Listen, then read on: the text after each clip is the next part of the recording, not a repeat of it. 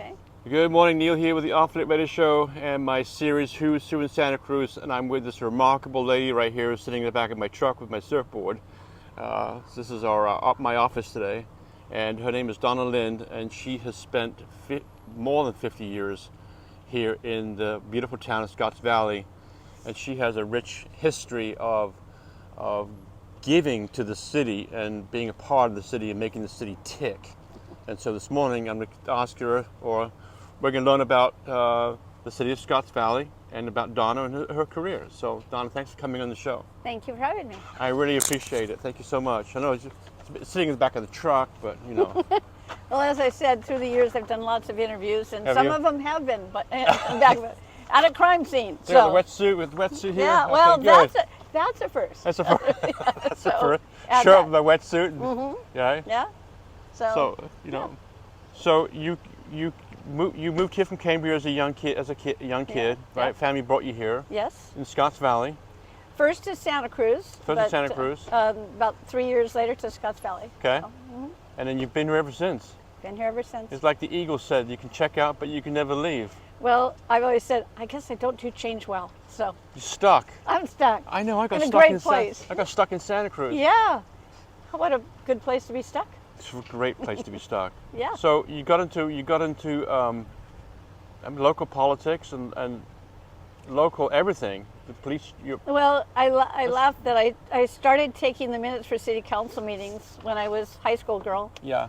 and city hall secretary, and I thought those meetings were so boring. They are they? They are. To this day, though. They are. Have you And ever full fallen? Have you circle. ever fallen asleep in a council meeting? No, but there's been times you kind of you have to keep your mind, wait a minute, pay attention. Yeah. Giving you a lot of numbers, That's why a you lot drink of that. electoral. Yeah. Coffee or Life Aid or something. Right. So, yeah. But yeah, full circle to having started taking the minutes, becoming a dispatcher and a cop, and then becoming counsel and the one at the dais. Yeah. Full circle. So let's start with council. Let's start start talking about a council member for right now. Okay. How did that look? When did you first become a council member, and how did it look back then? Well, it was, that I thought I hate politics. I thought I see politics the way we always do, in the press and what you see, and I thought, I just would never want to do that. And we had an issue come up, and several council members, several people in the community asked me to run. I went, no, isn't there someone else? And something's But happened. back then, there was 4 people living in Scotts Valley. No, it wasn't that. When I started working, yes, maybe. But that was only 2008, so that wasn't, that different. But we had the Great Depression and a lot of things happened. But I realized Scotts Valley politics is different because you're part of, it's not, people are so supportive. I mean, we can agree to disagree and be respectful. Yeah. And I know that I couldn't do it, wouldn't want to do it in, a higher level when, it's just, you don't have that same community feeling. We really do. Everyone who's run in Scotts Valley is running because they care. They're not looking to advance their career politically. So they're here for the right reasons. They're here for the community. They're here for the community. Right. And that's the difference. Something went in my head right here. I'm mention it. What part did you role and what part of role did you have a role in getting these large companies to come to Scotts Valley, like at the time Borland and Seagate? Were you involved in? I was a police officer then, and I actually worked a couple of theft and trade secret cases, got to know them. The high-tech industry a lot of it started here. I mean, Victor Technology way back when is why that street out there is called Victor, and, Seagate started, I knew the CEO, it just, Al Shugart, we have a park he's donated to, for a dog park up here on this end of town. And so it changed the look of Scotts Valley from being that dairy farm, logging, ranching area to the high tech coming in and bringing in people that were working in high tech. And then Apple, Steve Wozniak lived here in Scotts Valley, flew into the airport here. I saw him crash his plane at one point, roll over his plane at Sky Park. But Apple, as they grew, then the other industries, like Seagate and Borland, wanted to be closer and moved over into Silicon Valley.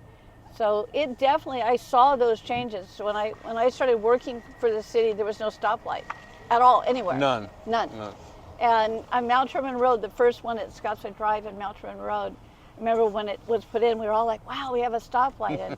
And then Crocker's Hamburgers went, well, we have a fast food. We didn't have it, So a lot of changes. But I was seeing that more from the police. There are times, I would be involved in an investigation of some type. Yeah.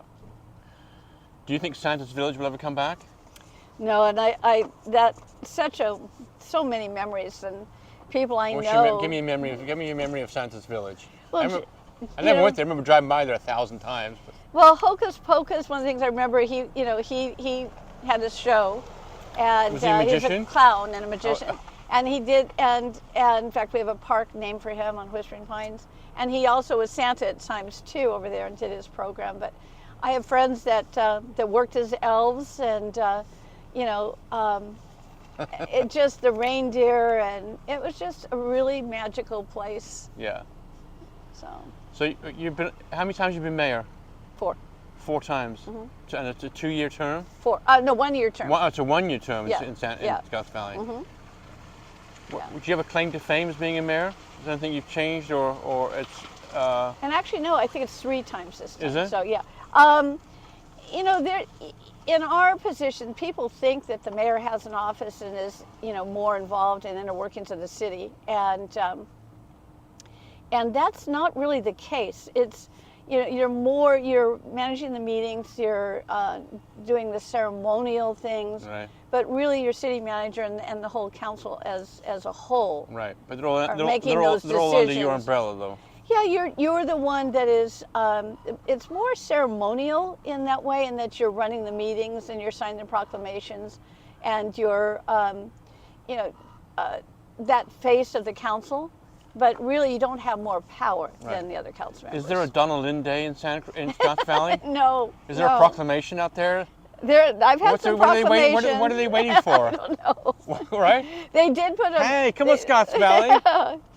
They did capture our chief, our first police chief and second Chief Wapple and Chief Pittenger and I on the mural of the library. So I felt pretty special with that. So. Are you on the mural? Yeah. It's still there? It's still there. Okay. Still there. All right. Among other things in Sky Park and all that. Yeah. So captured a little of our early history with Jerry Pittenger and Steve Wapple and I on that mural. So that's pretty special. It seems like now things have changed in Scotts Valley, where it used to be, I guess it was called a bedroom community. Mm-hmm. But now there's good restaurants up here and a lot of businesses opening up in Scotts Valley. Well, right? and the town center, we've been talking for over 20 years. Isn't that coming up to fruition? Yeah, that's we're in the final stages of purchasing the part of the property that was still owned by the city of Santa Cruz. Right. And that had been a stumbling block because the developer coming in was having to work with 2 government agencies. That's One's hard enough, too. Right. So there are several things that happened to the economy and soil contamination from the nearby some of the businesses and things. So that soil has been cleaned up. We're in the process of purchasing. Really feels like after all this time that'll happen, and we'll actually have that town center. Okay. So, and it'll even I think bring more energy. So yeah, it's nice. So you've always been involved in politics. Has there been a day you're like, what the heck am I doing? What the heck? Well, I spent 40 years in law enforcement first. Well, we're going to talk about that. Yeah, but the last 15 plus years in city council. So, but again, Scotts Valley, there are times I'd say the economy and the challenges, and Scotts Valley only receives 6.5% of the property tax. So other cities receive more than that, double or more some. Yeah. And so why so little here? Prop 13, when we first formed, the founding fathers wanted to do it with no new taxes, and so we, when Prop 13 passed, we were locked into that, and nothing can change it. So when COVID hit, we had just passed a tax measure, and it was going to be able to help our police and help stabilize us, and then 2 weeks after it passed, COVID hit and everything locked down. Well, Right. we're, our general fund is mostly from sales tax. So if the stores are closed not making and any money. businesses, so it hurt us even more. Yeah. And now we've got hotels and hotel taxes help, but for years we really didn't have Right. much in that way either. So it's turned around though. It's going in the right direction. It's going in the right direction. Okay. It's really encouraging, and we've come out of it. I think between the chamber and the city, we've really supported our local businesses. Yeah. Again, small community, everybody knows each Right. other. So it's encouraging, but there's been times where we had to lay off people, and I knew those people. Yeah. Those are hard. That's hard to do. Those are hard. Yeah. Yeah. So you're in law enforcement as a police officer here in Scotts Valley for how many years? I served a total of 40 years. 40. Yeah. I was the first female police officer, first female sergeant. First female police officer. And started How were you as a looked at? dispatcher. How were you looked at that? How were you looked at? Because you're not exactly you're not. I know. I mean, I don't look like I'd be able to fight like with you, huh? No, you don't look so tough. No, I know. When I first was in uniform and went to a call in a patrol car, and the man that had called said, "Well, I called for a police officer." Yeah. And I was, uniform, and so I knew he meant a male officer, and I'd said. And I'd said that. I said, I know. I said, well, I'm a police officer. I said, could you let me see if I can help you? And if you're not comfortable, I'll call a male officer. So I did. And he later went around town going, I was her first call, and became, cool. a fan. Yeah. So, but it, definitely I went to calls, and people would look and be a little skeptical and wonder if you could help, but through the years. I know I would be. I mean, I'm 6'3", Sure, and you're yeah. 5'3". Yeah. All right. Yeah, I'd be like, what the heck? I can handle this myself. I don't need you. Mm-hmm. But you're packing a gun, though. Well, and I trained heavily because I knew. When I said as first female. Yep. I have always worked out. I was a gymnast and stuff, so I trained heavily, and I trained martial arts. I trained. I took any classes I could take to prepare as well as I could, Yeah. and that's what I would talk when other young women would come in. They said, "Oh, we shouldn't have to go over that wall," and it should be adjusted. I said, "No, wait a minute. When I started, Yeah. it was important to me to be able to do the job, to be able to get over that wall to back up another officer, Right. and I can still go over the 6-foot wall. So, train. It's not unreasonable. It's job related, Yeah. and you can do it. Were you a good shot? Yeah. Pretty good? Or Yeah. No, I'm pretty good darn shot. good? Yeah. Yeah. Yeah. What kind of gun did you have? Was it, Oh gosh, in the beginning it was like a a wheel gun. It was a Smith and Wesson, Something Clint 38. Eastwood, something Clint Eastwood It was smaller than his, but that, and then we all went to the Smith and Wesson 9mm Yeah. semi-automatic, and through the years, a variety of guns. So. Yeah. But you've had to use it. Oh yeah. I'm not gonna ask you when and why, but Yeah. No, even in Scotts Valley, and people think, oh, we've had a few of them captured where officers have had to shoot an armed suspect, and and there's been, we used to tease two of our officers, a sergeant and officer, and both became sergeants. It's like whenever they were together, we used to say, you guys cannot work together. Something happened, and I think most of the shootings they were involved in, so just karma of some type, but luck or bad luck. But anyway, but even in Scotts Valley, we have the same, people are human. Yeah, same issues. Same crimes happen, problems. just less, of that. So, Do you have let's say you retire from police, and you're in your retirement right now. Do you have top 3 things that you incidents or issues or something, or things that you've maybe as a council member or a police officer? Well, a couple that we laughed. One of the unusual cases. Laughter's good. Yeah. Well, worked prostitution case here, and everyone thought Scotts Valley, and so It was a did some prostitution undercover. case? Yeah. In Scotts Valley? In Scotts Valley, Get the heck out of here. There was actually 2 different locations that we served search warrants and worked undercover, and ended up making arrests, and lots of fun things and funny things, because I went, well, I can do that, I mean, and then I went over and worked with San Jose Vice, because none of us had worked it. And I said, well, they're hiring. I could go in. And they said, well, do you realize that means that you may be asked to disrobe and go in, either disrobe and or go in and take care of a John. Oh, no, I hadn't thought of that. What do I do about that? And they'd say, well, go in with, maybe go on a motorcycle with the jealous boyfriend and wear a bikini underneath your clothes and a couple of things like that. And then I was, okay. Some of those when we ended up making one of the arrests and having the detective was there and he's given this code and we're all running in and just he was like, he said, I went panicked. I started getting dressed too. You're the cop, Right. So we all laughed over that. Right. I handled a large Hell's Angel case that they had done a contract hit on someone here, almost killed a resident, and that case ended up working with ATF and federal agencies. Did you get to go face to face with the Hell's Angel? Yeah, did. And he's a big dude too, probably, huh? Well, and that was a later time where I had